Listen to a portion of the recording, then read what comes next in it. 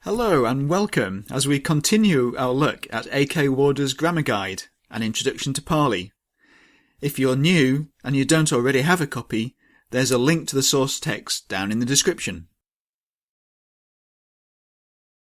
This is Pali Studies on the Learn Pali channel. Well, today we face Lesson 4, the aorist inflection, or the past tense of Pali. But before we look at its formation, I think it's best to set some context and look at how it's used. First, the term aorist comes from the grammar of ancient Greek, and it means undefined or of indefinite time. However, this term is applied to Sanskrit and Pali because of the similarity of their inflection patterns to those of ancient Greek, and not because of any common meaning. So don't get sidetracked or misled by the name. The aorist, as used in Pali, is just a name for a type of inflection which expresses general past time. That is, of the recent past, like earlier today, and of the remote past. So put simply, the past tense is used to describe events which happened before the present moment, be it an event or a state. However, English has several ways in which past events or states can be described. For instance, I wrote is the simple past, describing a simple fact. I was writing describes something which was ongoing at that time, whereas I had written describes something which was complete. And even I have written is often considered a past tense in English. So the term tense in English is actually a combination of time period and aspect, that is, a measure of completion. And if you want more on this, see the tutorial above. And the Pali language too has several methods by which it can express past events, and the aorist inflection is one of these. If we were to map the uses of the aorist onto those of English, we'd find that it actually overlaps with three tenses. So the word abasi, the aorist of the verb basati, to speak, can mean either he spoke, which is the simple past, he has spoken, which is the present perfect, and also occasionally it can mean he was speaking, which is the past progressive. So in this tutorial, although I'll give examples as simple past statements, bear in mind that the aorist actually covers more than this. Okay, now we can look at how it's formed.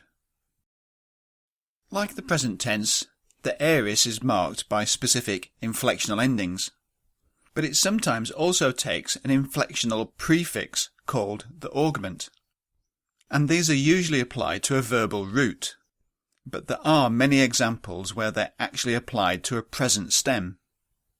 Now, the easiest way to recognise an aorist is by its ending, as the augment doesn't always appear.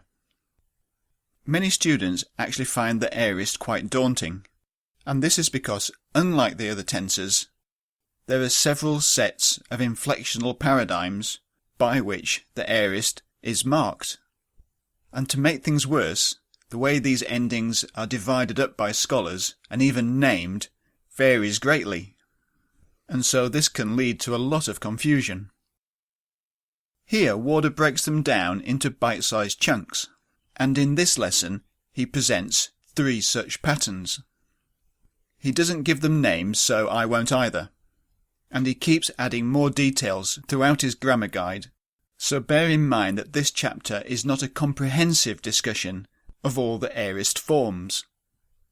If you're looking for such a discussion, there's already a detailed tutorial about the aorist inflection. However, Warder slices up this aorist cake slightly differently here, so let's work through them. Okay, the first form that Warder gives is definitely the most common. He illustrates it with the verb upasang kamati, to approach, and we saw this in lesson 1. So if we start with this verb and take the third person singular of the present tense, that's how it appears in the dictionary, and if we drop the personal ending T and also the thematic vowel A, we end up with the root. Now, if we compare this to Warder's paradigm, we can see the specific aorist endings. And note the first person plural can terminate in either a long or a short a. So if we take just these endings, we can now produce our own aorist verbs. To do this, we simply take a root and add a given suffix. So from the root puch, meaning to ask, we can form he asked, you asked, or I asked. They asked, you all asked plural, and we asked. Some verbs take the augment, like bas, and there doesn't seem to be any set pattern to this. And if the verb normally has a prefix, any augment will go between the existing prefix and the root. And this may result in a blending of sounds. For instance, two a sounds result in a long r. It's also common for this form of aorist to be taken by present stems, especially those ending in the vowel a, like the verbs of the first conjugation class that we saw in lesson 1. In this case, the final vowel is elided before the aorist suffix is applied. Remember here that knowing how to form the aorist isn't that important, but being able to recognise it is. So it's worth committing these set of endings to memory. Next, the second form is taken by verb stems which end in the vowel a. That is, all the seventh conjugation verb stems that we saw in the last lesson.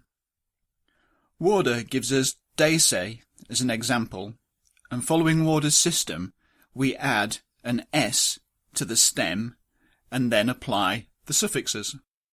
This form generally doesn't take the augment, and the aorist endings for this group are almost the same as we've just seen, except the third person plural takes instead of ingsu.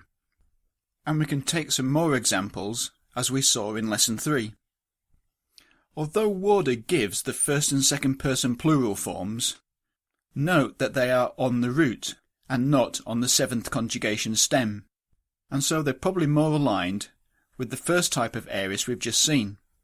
Anyway, as far as I know, these forms don't actually exist, at least not in the suttas. In fact, all first and second person plural forms of the aorist are rare, and they can be formed on the stems of the seventh conjugation, in which case the stem takes the ea variation and then the aorist endings of the first method. Finally, the third form of aorist given by Warder is slightly different.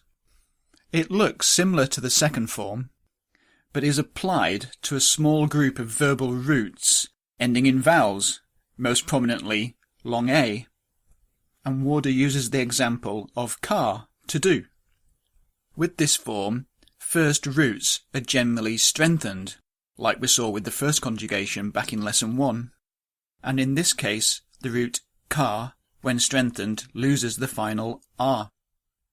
This form more often than not takes the augment, and the singular forms have the infix s applied, like the previous method, before taking the same aorist suffix.